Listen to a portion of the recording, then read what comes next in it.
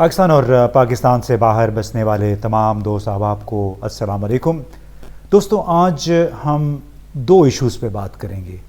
ایک ایشو ہے پاکستان میں حکومت کا اصل اختیار کس کے پاس ہے۔ دوسرا ایشو ہے پاکستان کے خارجہ سیکرٹری کی تبدیلی، آنن فانن ایک نئے فارن سیکرٹری کی تعیناتی کر دی گئی ہے فوری طور پہ۔ تو سب سے پہلے ہم آتے ہیں اس پہ کہ پاکستان میں حکومت کاری کا اصل اختیار کس کے پاس ہے۔ 1 دسمبر کو قومی اسمبلی کے اجلاس میں ایک بڑی دلچسپ صورتحال پیدا ہوئی جب محسن داوڑ، جو کہ وزیرستان سے MNA ہیں اور خارجہ کمیٹی کے چیئرمین بھی ہیں، وہ وفاقی حکومت پر برس پڑے۔ انہوں نے اجلاس کو بتایا کہ تاجکستان میں ایک سیکیورٹی کانفرنس میں شرکت کی غرض سے انہیں اسلام آباد ایئرپورٹ سے پرواز پکڑنی تھی، اور وہاں جب پہنچے تو FIA کے افسر نے انہیں پرواز میں سوار ہونے سے روک دیا۔ محسن داوڑ کے بقول جب ان سے افسر سے پوچھا انہوں نے کہ کیا وجہ ہے، تو انہوں نے کہا کہ جی مجھے تو معلوم نہیں ہے، مجھے اعلیٰ افسران نے ایسا کرنے کو کہا ہے۔ تو محسن داوڑ نے پھر ہلکے انداز میں طنزاً یہ بھی کہا کہ مجھے لگتا ہے کہ FIA کے اس افسر کو کسی حوالدار نے یہ حکم دیا ہوگا مجھے روکنے کا۔ آپ کو معلوم ہے کہ حوالدار یا محکمہ زراعت ایک استعارہ ہے جو استعمال ہوتا ہے ملٹری اسٹیبلشمنٹ یا اس کے اداروں کے لیے۔ اب اس ڈائلاگ سے آسما جہانگیر کانفرنس جو گزشتہ مہینے لاہور میں منعقد ہوئی، وہاں پہ ہونے والے ایک واقعے کی یاد بھی تازہ ہوئی جب وزیرستان ہی سے MNA علی وزیر کی رہائی کے لیے چند لوگوں نے نعرے لگانے شروع کر دیے، اور وہ اس وقت سٹیج پر وزیر قانون اعظم نذیر تارڑ اور بلاول بھٹو زرداری بھی موجود تھے۔ جب نعروں میں شدت آئی تو بلاول بھٹو زرداری نے کہا کہ آپ یہ احتجاج وہاں ان لوگوں کے سامنے کریں جن کے پاس علی وزیر کی رہائی کا اختیار ہے۔ ان کا اشارہ بھی ظاہر ہے ملٹری اسٹیبلشمنٹ کی طرف تھا، یعنی حوالدار یا محکمہ زراعت کی طرف تھا۔ اب اس واقعے کے نتیجے میں اعظم نذیر تارڑ کو مستعفی بھی ہونا پڑا، اور 2 دن پہلے ہی ان کا استعفیٰ رد کر کے انہیں دوبارہ اپنا وزارت کا قلمدان سنبھالنے کو کہا گیا ہے۔ تو یہ بھی ذہن میں رکھنا چاہیے کہ علی وزیر اس وقت کراچی کی جیل میں، یعنی سندھ حکومت کے زیر کنٹرول جیل میں وہ اس وقت نظر بند ہیں، اور رہائی ان کے لیے ممکن نہیں ہے۔ اور اس موقع پہ مختلف ارکان تھے، اس میں پیپلز پارٹی کی وفاقی وزیر شازیہ مری شامل تھیں، روہیل اسکر صاحب تھے PMLN کے، انہوں نے بالکل ساتھ دیا محسن داوڑ کا ان کے احتجاج میں۔ انہوں نے یہ کہا کہ ہم نے عمران خان کے خلاف ووٹ کسی عہدے کے لیے یا مراعات کے لیے نہیں دیا تھا، بلکہ سویلین بالادستی کے لیے دیا تھا۔ مگر ساتھ ہی محسن داوڑ نے یہ بھی کہا کہ موجودہ حکومت تو گزشتہ حکومت سے بھی بدتر ثابت ہوئی ہے سویلین بالادستی کے کیس میں، بلکہ انہوں نے کہا کہ PTI حکومت سے موجودہ حکومت ایک قدم آگے ہے، یعنی حالات کو خراب کرنے میں یا سویلین بالادستی کو انفورس نہ کرنے میں۔ اب روہیل اسکر صاحب نے، جو PMLN کے بڑے دو ٹوک انداز میں بات کرنے والے MNA ہیں، انہوں نے بھی اس موقع پہ محسن داوڑ کا ساتھ دیتے ہوئے اسپیکر قومی اسمبلی سے کہا کہ آپ علی وزیر کی رہائی یا کم از کم انہیں اسمبلی کے اجلاس میں شرکت کے لیے اپنا اختیار کیوں نہیں استعمال کرتے۔ ایک لحاظ سے انہوں نے اسپیکر قومی اسمبلی کو بھی چیلنج کیا کہ اگر آپ کا اختیار ہے تو پھر علی وزیر کو کہ پروٹیکشن آرڈر جاری کریں تاکہ وہ قومی اسمبلی کے اجلاس میں شرکت کر سکے۔ تو اس سے ایک بار پھر یہ واضح ہوتا ہے کہ کچھ لوگ ہیں، ان کی رہائی یا ان کی نظر بندی یا گرفتاری کا تعلق سویلین اداروں سے شاید اتنا نہیں ہے جتنا دوسرے اداروں سے ہے، اور اسی وجہ سے پاکستان کے نظام میں وقتاً فوقتاً بگاڑ بھی پیدا ہوتا رہتا ہے۔ دوسرا ایشو ہے پاکستان کے فارن سیکرٹری ڈاکٹر اسد مجید، جو کہ پہلے امریکہ میں سفیر تھے اور جنہوں نے اس سال جون میں بیلجیم کے بادشاہ کو اپنی اسناد، سفارت کے اسناد پیش کی تھیں تاکہ وہ وہاں پہ اپنے بطور سفیر اپنی خدمات، اپنے فرائض انجام دے سکیں. انہیں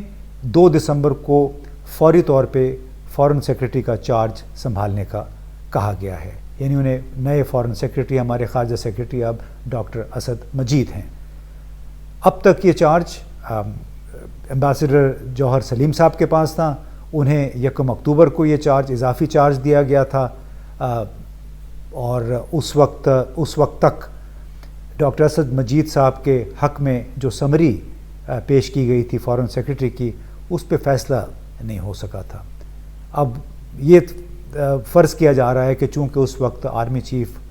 ڈاکٹر جنرل قمر جاوید باجوہ تھے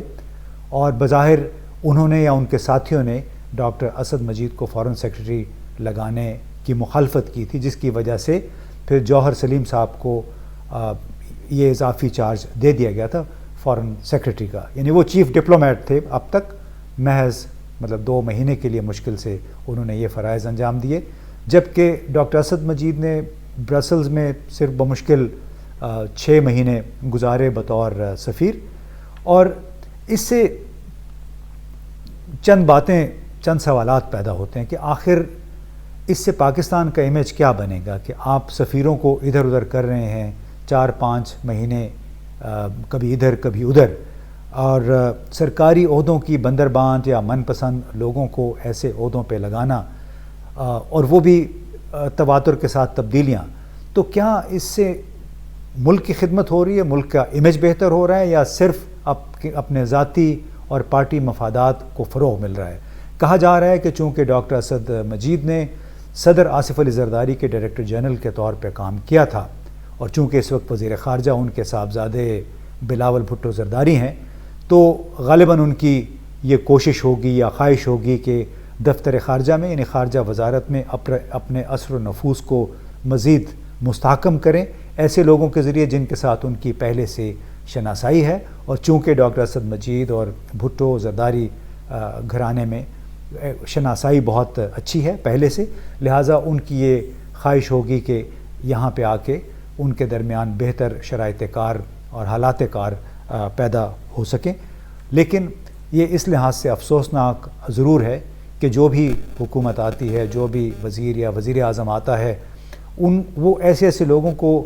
تلاش کر کے لاتے ہیں جنہوں نے ان کے ساتھ پہلے سے سرو کیا ہو. اور آپ کو معلوم ہے کہ جو سرکاری افسران ہوتے ہیں ان کی ایک محدود کیپیسٹی ہوتی ہے، انہیں سسٹم کے اندر کام کرنا پڑتا ہے، اور خاص طور پہ جب ان کو باہر سے لایا جائے. یعنی دیکھیں نا، ابھی وہ برسلز میں بمشکل 4-5 مہینے میں سیٹل ہوئے تھے ڈاکٹر اسد مجید، لیکن اب ان کو فارن سیکرٹری لگا دیا گیا ہے. تو یہ کوئی پاکستان کی فارن سروس کے لیے، جس کو ہم کہتے ہیں کہ کریم آف دا سروس، بہترین سروس ہے، اس کے لیے کوئی اچھا شگون نہیں ہے. اور بڑا اس سے ظاہر ہوتا ہے کہ آپ صرف ایسے کلیدی عہدوں کو ٹاس اراؤنڈ نہیں کر سکتے. اگر آپ کو ملک کے وقار کا اور ملک کی عزت کا خیال ہو تو پھر یہ کام نہیں ہونا چاہیے. لیکن اب کیا کیا جائے؟ یہ ہو رہا ہے، جیسے آپ کو یاد ہوگا کہ سابق وزیر اعظم عمران خان کے پرنسپل سٹاف افسر تھے اعظم خان، انہوں نے اپنی تعیناتی ورلڈ بینک میں 3-4 سال کے لیے کروا لی تھی. بڑی $20-25 ہزار ماہانہ کی وہ نوکری ہوتی ہے، لیکن وہ محض انہوں نے اس وجہ سے کیا، حالانکہ ان کا صرف پشاور سے باہر ان کا کوئی تجربہ نہیں تھا، صرف عمران خان کے ساتھ انہوں نے پرنسپل سٹاف افسر کا کام کیا، لیکن انہوں نے